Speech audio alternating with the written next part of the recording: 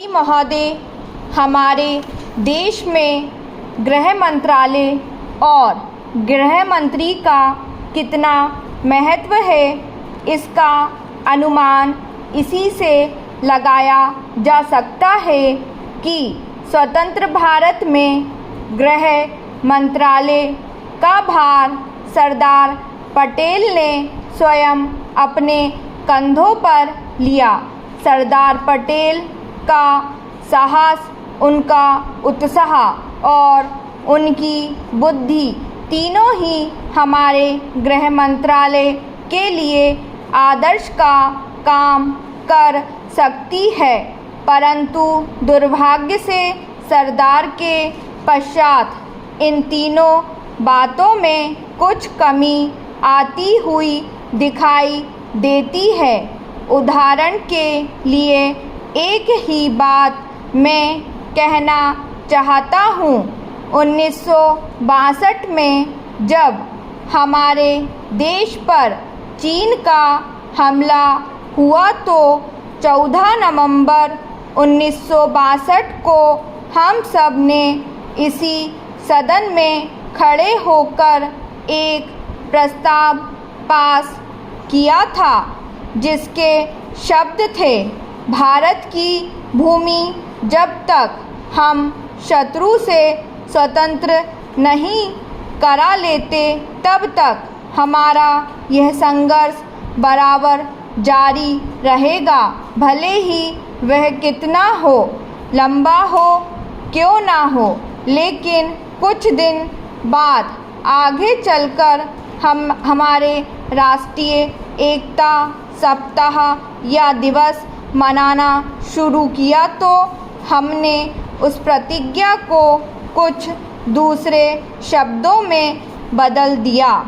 उस प्रतिज्ञा के शब्द थे, मैं अपने देशवासियों के संकल्प को दोहराता हूँ कि मैं अपने देश की स्वतंत्रता तथा एकता की रक्षा करूँगा, चाहे इसके लिए कितना ही कड़ा और लंबा संघर्ष क्यों ना करना पड़े। मैं राष्ट्रीय एकता तथा बल के लिए तन मन से काम करने की शपथ लेता हूँ। लेकिन इस बार राष्ट्रीय एकता सप्ताह के सिलसिले में एक छोटा सा प्रकाशन भारत सरकार की ओर से प्रकाशित हुआ है।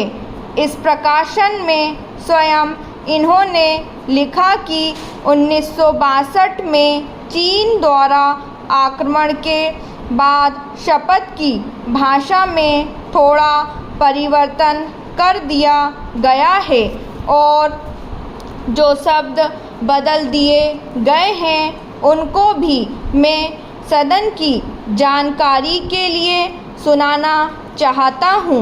मैं प्रतिज्ञा करता हूँ कि मैं कभी हिंसा का प्रयोग नहीं करूँगा और मेरा विश्वास है कि धर्म, भाषा, प्रांत संबंधी तथा अन्य सभी राजनीतिक और आर्थिक विवादों का शांतिपूर्वक और संवैधानिक तरीकों द्वारा हल किया जाना चाहिए।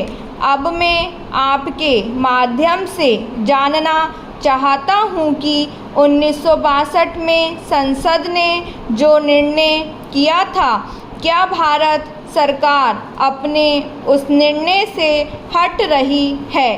अगर सरकार अपने निर्णय से हट रही है तो यह तो सरकारी प्रकाशन आया है जिसके द्वारा 1962 की शपथ में परिवर्तन किया गया है।